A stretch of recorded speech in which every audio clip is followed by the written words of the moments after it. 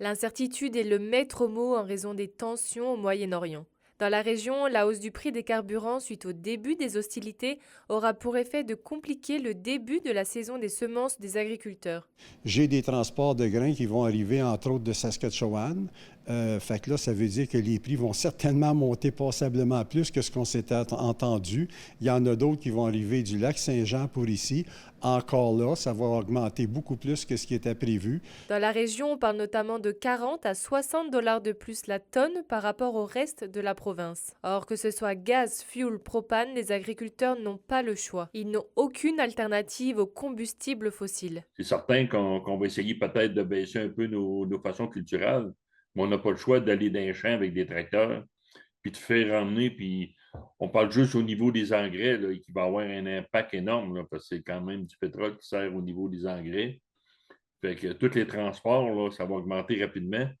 Puis nos programmes de sécurité du revenu ne sont pas assez rapides pour aller conjuguer tout de suite pour un changement de coût, là.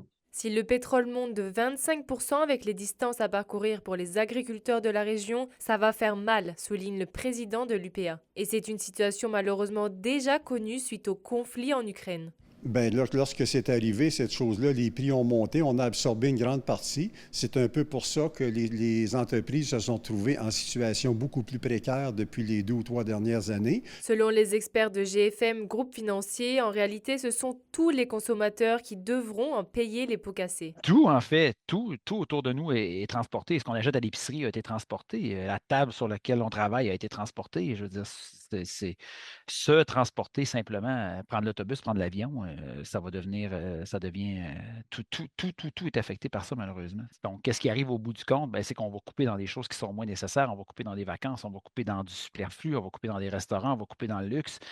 Avant toute chose et au-delà des conflits, les agriculteurs de la région semblent tous s'accorder sur le fait que la taxe carbone devrait être abolie. Charine Bakowski, RNC Nouvelles, Rouen-Noranda.